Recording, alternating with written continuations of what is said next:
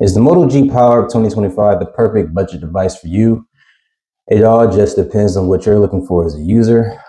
Do you want the best camera?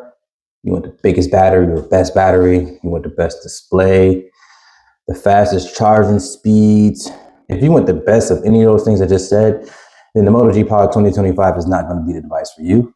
But if you want a phone that does each of those things decently well, then yeah, you're going to love this phone. So you can get the unlocked version, as you guys can see here, for $199. Or you can get it on a prepaid carrier like I did, Create Wireless, for 50 bucks.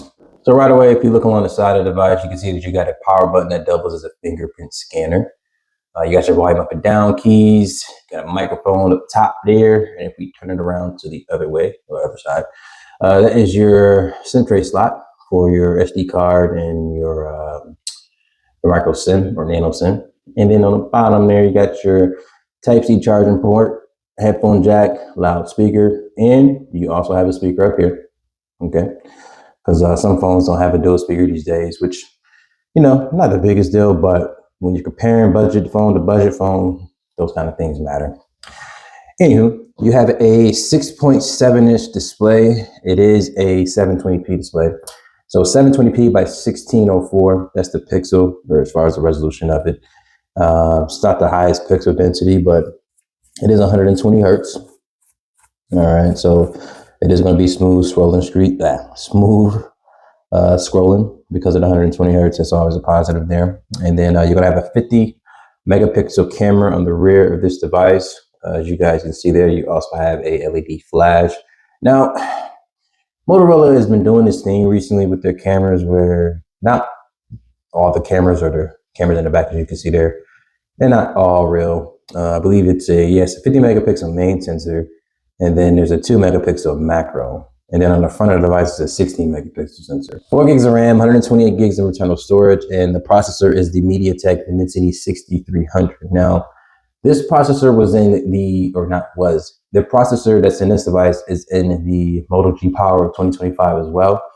And I got some videos on the channel where I thought that processor, or I thought the phone itself is a little laggy. I'll be honest with you. I think it's actually, I don't know, it's kind of weird, but I feel like the Moto G of 2025 performs a little bit better. I don't know, maybe it's just me. Maybe I'm tripping, but I don't know. Anyway, back to the specs. The Moto G of 2025 has a 5,000 milliamp hour battery, and you also have the capability of 30-watt fast charging. So that's decent as well. 30 watts is definitely nothing to slouch at. And the only thing that sucks is that you don't get the charging brick in the box, but that's super normal these days. It's just funny when these companies brag about charging speeds and whatnot, and you don't even get the charging block that it would need to reach those or have the capability of charging at those speeds. I just think it's really funny how they do that. Android 15 is on this device out of the box.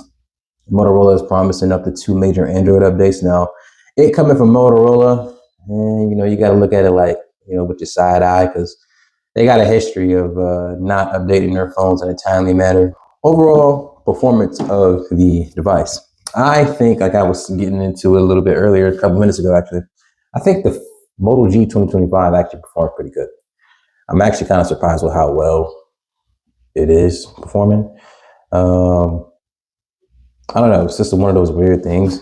Display quality, 720p display, so you can't really expect too much. All right, so there it is here. We got a 4K video. It's playing at 720p right now. But as you guys can see, looks pretty good. It's pretty good. And it's upscaling to 1440 on the Moto G Power. 1440. It's not HDR or whatever, but nonetheless, it looks pretty good. I did a Geekbench here on the Moto G 25 here, and you got a single core score of 797 and a multi-core score of 2050, which is pretty respectable there as far as multi-core. And then as far as the 2.2 benchmark, I believe that was like 430 something. Yeah, 431,000. So right along the budget category of things when it comes to performance. So as far as the overall performance of the device, I think it performs really well when it comes to bouncing in and out of applications. You're not going to have any issues of that nature. And then I haven't gamed on the device just yet. This is just a first impressions video, so I probably should have said that earlier. But this is just first impressions, not a full review. Yeah, as far as gaming or anything of that nature, I haven't done that just yet. But overall, feel for the phone, it's pretty good. It's like that vegan leather package. If you had the Moto G Stylus 2024, then you know what that feels like. But yeah, for 50 bucks, and maybe that's why I'm like tripping a little bit. I only paid 50 bucks to get this phone, and it is locked or a carrier, but I got it for review purposes. I didn't get it to actually use it, but it's actually a really usable phone. All right, so battery in this device here is so far so decent. It's 3 hours, but keep in mind, I haven't charged this phone since, I mean, who knows when. I mean, what it says Tuesday, is that Tuesday last week? Yeah. And I had literally had it in standby. I had it off, and then I cut it on. I haven't been using it heavy. I'm pretty sure I can get much higher than that, especially with the display resolution and the actual processor in the device. It's not going to eat up a lot of battery, but anywho, when it comes to the full review, I definitely will go over those things a little bit more in detail, but I honestly think the Moto G of 2025 is a pretty good smartphone. And for the money that I paid, I think it's a really good price. Now, if you're looking to get the unlocked version, I would say wait for that thing to go on sale. But nonetheless, performs pretty good. But if you guys want to see anything specific with the Moto G Power 2025 in a future video, let me know in the comment section below. Be sure to like the video, share it with your family and friends, subscribe to the channel, and I'll see you guys in the next one. Peace out.